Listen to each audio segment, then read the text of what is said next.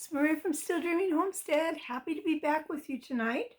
We're going to continue reading in our book, On the Banks of Plum Creek by Laura Ingalls Wilder. We're on chapter 23, Country Party. So if you remember yesterday, Laura and Mary got to go to a party at Nellie Olson's house in town. Part of it was good, part of it was not too good. But Ma said that since they had been invited to that party, they must have a party to reciprocate, which means to kind of give back the same thing. So let's read about the party. Country party. And here's the little picture that they're showing. Just a picture of some little chicks. Will you come to my party? Laura asked Christy and Maud and Nellie Olson. Mary asked the big girls. They all said they would come. That Saturday morning, the new house was especially pretty. Jack could not come in on the scrubbed floors. The windows were shining and the pink edge curtains were freshly crisp and white. Laura and Mary made new starry papers for the shelves, and Ma made a vanity cake. She made them with beaten eggs and white flour. She dropped them into a kettle of sizzling fat. Each one came up bobbing and floated till it turned itself over, lifting up its honey brown puffy bottom, when it swelled underneath till it was round, and then Ma lifted it out with a fork. I think that's what we call donuts now. She put every one of those cakes in the cupboard. They were for the party. Laura, Mary, and Ma and Carrie were dressed up and waiting when the guests came walking out of from town. Laura had even brushed Jack, though he was always clean and handsome in his white and brown spotted short fur. He ran down with Laura to the ford. The girls came laughing and splashing through the sunny water, all except for Nellie. She had to take her shoes off and her stockings, and she complained that the gravel hurt her feet. She said, "I don't go barefooted. I have shoes and stockings." She was wearing a new dress and a big new hair ribbon with bows. "Is that Jack?" Christy asked, and they all patted him and said what a good dog he was. But when he politely wagged at Nellie, she said, "Go away. Don't touch my dress." "Jack wouldn't touch your dress," Laura said. They went up the path between the blowing grasses and the wild flowers to the house where Ma was waiting. Mary told her the girls' names one by one, and she smiled her lovely smile and spoke to them. But Nellie smoothed down her pretty party dress and said to Ma, "Of course, I didn't wear my best dress to just a country party." Then Laura didn't care what Ma had taught her. She didn't care if Pa would punish her. She was going to get even with Nellie for that. Nellie couldn't speak to Ma that way. Ma only smiled and said, "It's a very pretty dress, Nellie. We're glad you could come." But Laura was not going to forgive Nellie. The girls liked the pretty house. It was so clean and airy, with sweet-smelling breezes blowing through it and grassy plains all around. They climbed the ladder and looked at Laura and Mary's very own attic. None of them had anything like that, but Nellie asked, "Where are your dolls?" Laura was not going to show her darling rag doll Charlotte. She said, "I don't play with dolls. I go to the creek." Then they went outdoors with Jack. Laura showed them the little chicks by the haystacks, and they looked at the green garden rows and the thick growing wheat field.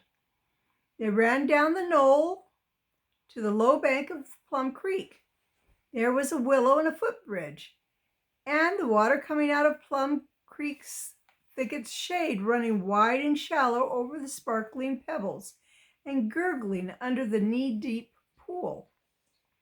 Mary and the big girls came down very slowly, bringing Carrie to play with them, but Laura and Christy and Maud and Nellie held their skirts up above their knees and went wading into the cool, flowing water. Away through the shallows, the minnows went swimming. Remember minnows are the little baby fish? In crowds, away from the shouts and the splashing. The big girls took Carrie wading where the water sparkled thin in the sunshine and gathered pretty pebbles on the creek's edge. The little girls played tag across the footbridge. They ran on the warm grass and played in the water again. And while they were playing, Laura suddenly thought of what she could do to Nellie. She led the girls wading near the old crab's home. The noise and splash had driven him under his rock. She saw his angry claws and the brown-green head peeping out, and she crowded Nellie near him. Then she kicked a big splash of water onto his rock, and she screamed, "Oh, Nellie, Nellie, look out!" The old crab rushed at Nellie's toes, snapping his claws to nip them. "Run, run!" Laura screamed, pushing Christy and Maud back toward the bridge, and then she ran after Nellie. Nellie ran screaming straight into the muddy water under the plum thicket. Laura stopped on the gravel and looked back at the crab's rock. "Wait, Nellie, you stay there." "Oh, what is it? What is it? Is he coming?" Nellie asked. She had dropped her dress and her skirt and petticoats were in the muddy water. "It's an old crab," Laura told her. "He cuts big sticks in two with his claws. He could cut your toes right off." "Oh, where is he? Is he coming?" Nellie asked. "You stay there and I'll look," said Laura. She went wading slowly and stopping and looking. The old crab was under his rock again, but Laura did not say so. She waded very slowly all the way to the bridge, while Nellie watched from the plum thicket. Then she waded back and said, "You can come out now."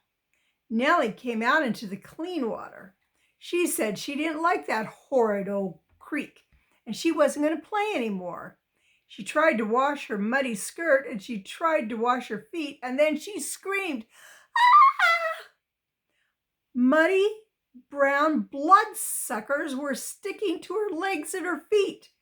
She couldn't wash them off. She tried to pick one off, and then she ran screaming up the creek bank.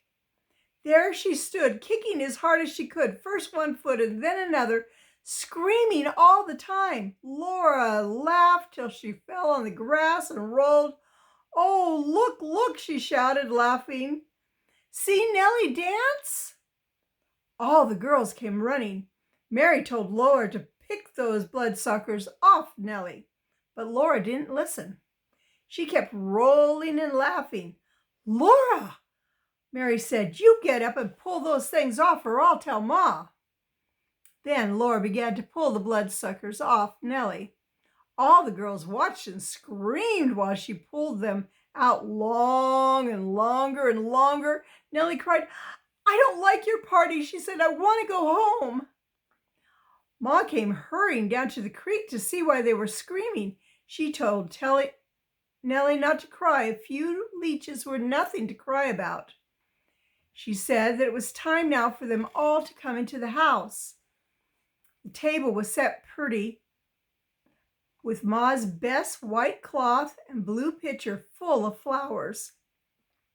The benches were drawn up on either side of it. Shiny tin cups were full of cold, creamy milk from the cellar, and the big platter was heaped with honey-colored vanity cakes.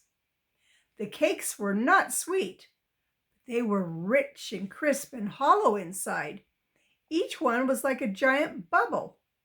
The crisp bits of it melted on the tongue.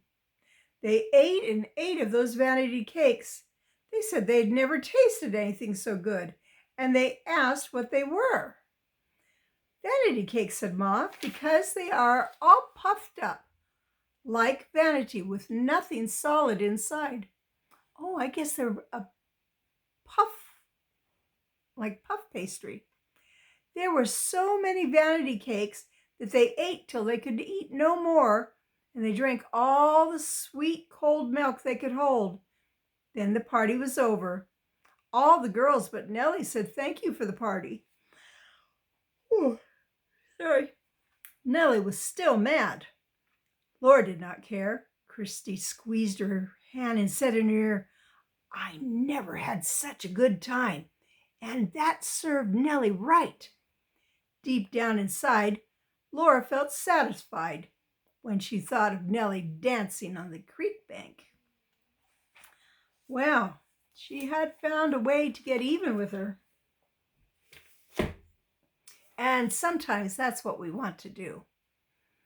It's not really what God wants us to do. He wants us to treat others the way that we want to be treated. And I don't think Laura would have liked that. But she's feeling pretty happy about it right now. We'll see what happens tomorrow. All right. Good night. It's Maria from Still Dreaming Homestead. If you haven't subscribed yet, please subscribe. Share this on your social media like Facebook so that other people can get to hear these stories too. All right. I want to pray blessings on you and yours in your house and out of your house, in the day and the night. Whatever you do, keep dreaming. Good night.